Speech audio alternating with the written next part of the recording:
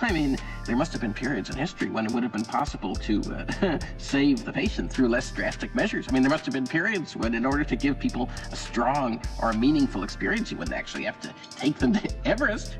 But you do now. In some way or other, you do now. I mean, you know, there was a time when you could have just, for instance, written, I don't know, Sense and Sensibility by Jane Austen, and I'm sure the people who read it had a pretty strong experience. I'm sure they did. I mean, all right, now you're saying that people today wouldn't get it. Maybe that's true, but I mean, isn't there any kind of writing or any kind of a play that, I mean, isn't it still legitimate for writers to try to portray reality so that people can see it? I mean, really, tell me, why do we require a trip to Mount Everest in order to be able to perceive one moment of reality? I mean, is Mount Everest more real than New York? I mean, isn't New York real? I mean, you see, I think if you could become fully aware of what existed in the cigar store next door to this restaurant, I think it would just blow your brains out. I mean, isn't there just as much reality to be perceived in the cigar store as there is on Mount Everest? I mean, what do you think? You see, I think that not only is there nothing more real about Mount Everest, I think there's nothing that different in a certain way. I mean, because reality is uniform in a way, so that if your perceptions are, I mean, if your own mechanism is operating correctly, it would become irrelevant to go to Mount Everest and sort of absurd, because I mean, of course, on some level, I mean, obviously, it's very different from a cigar store on 7th Avenue. But I mean... Well, I agree with you, Wally. But the problem is that people can't see the cigar store now. I mean, things don't affect people the way they used to. I mean, it may very well be that 10 years from now, people will pay $10,000 in cash to be castrated just in order to be affected by something. Well, why do you think that is? I mean, why is that? I mean, is it just because people are lazy today, or they're bored? I mean, are we just like bored, spoiled children who've just been lying in the bathtub all day, just playing with their plastic duck, and now they're just thinking, well, what can I do? Okay, yes, we're bored. We're all bored now. But has it ever occurred to you, Wally, that the process that creates this boredom that we see in the world now may very well be a self-perpetuating, unconscious form of brainwashing created by a world totalitarian government based on money, and that all of this is much more dangerous than one thinks, and it's not just a question of individual survival, Wally, but that somebody who's bored is asleep, and somebody who's asleep will not say no?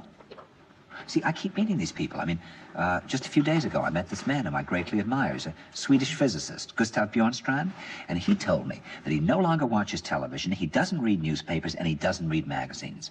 He's completely cut them out of his life because he really does feel that we're living in some kind of Orwellian nightmare now, and that everything that you hear now contributes to turning you into a robot. And when I was at Findhorn, I met this extraordinary English tree expert who had devoted his life to saving trees. Just got back from Washington, lobbying to save the redwoods. He's 84 years old. He always travels with a backpack because he never knows where he's going to be tomorrow. And when I met him at Findhorn, he said to me, "Where are you from?" And I said, "New York." He said, "Ah, New York, yes, that's a very interesting place. Do you know a lot of New Yorkers who keep talking about the fact that they want to leave but never do?" And I said, "Oh, yes." And he said, "Why do you think they don't leave?" I gave him different banal theories. He said, "Oh, I don't think it's that way at all." He said, "I think that New York is the new model for the new concentration camp, where the camp has been built by the inmates themselves, and the inmates are the guards, and they have this pride in this thing they've built. They've built their own prison, and so they exist in a state of schizophrenia, where they are both guards and prisoners, and as a result, they no longer have, having been lobotomized, the capacity to leave the prison they've made, or to even see it as a prison." And then he went into his pocket and he took out a seed for a tree and he said, "This is a pine tree." He put it in my hand and he said, "Escape before it's too late."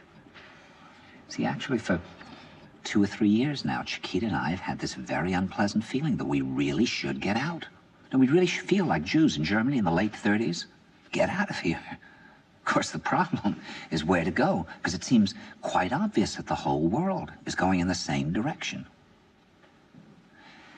See, I think it's quite possible that the 1960s represented the last burst of the human being before he was extinguished, and that this is the beginning of the rest of the future now, and that from now on there'll simply be all these robots walking around, feeling nothing, thinking nothing, and there'll be nobody left almost to remind them that there once was a species called a human being, with feelings and thoughts, and that history and memory are right now being erased, and soon nobody will really remember that life existed on the planet.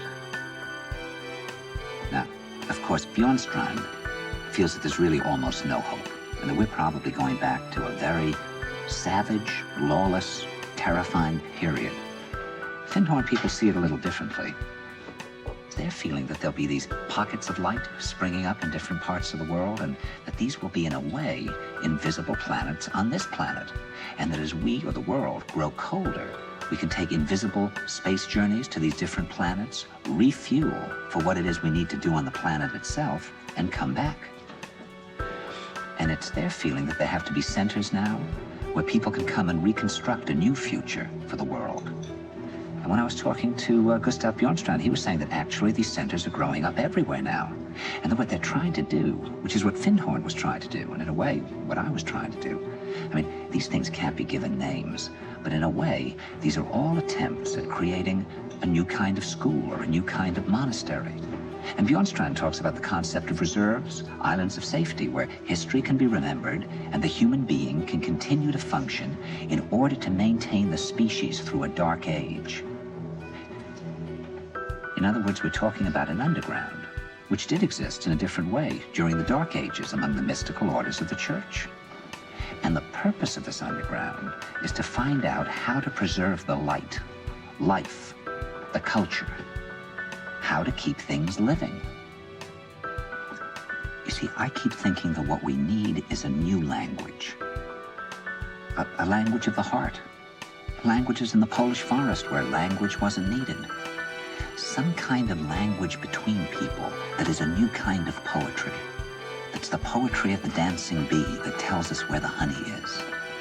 And I think that in order to create that language, you're going to have to learn how you can go through a looking glass into another kind of perception where you have that sense of being united to all things, and suddenly you understand everything.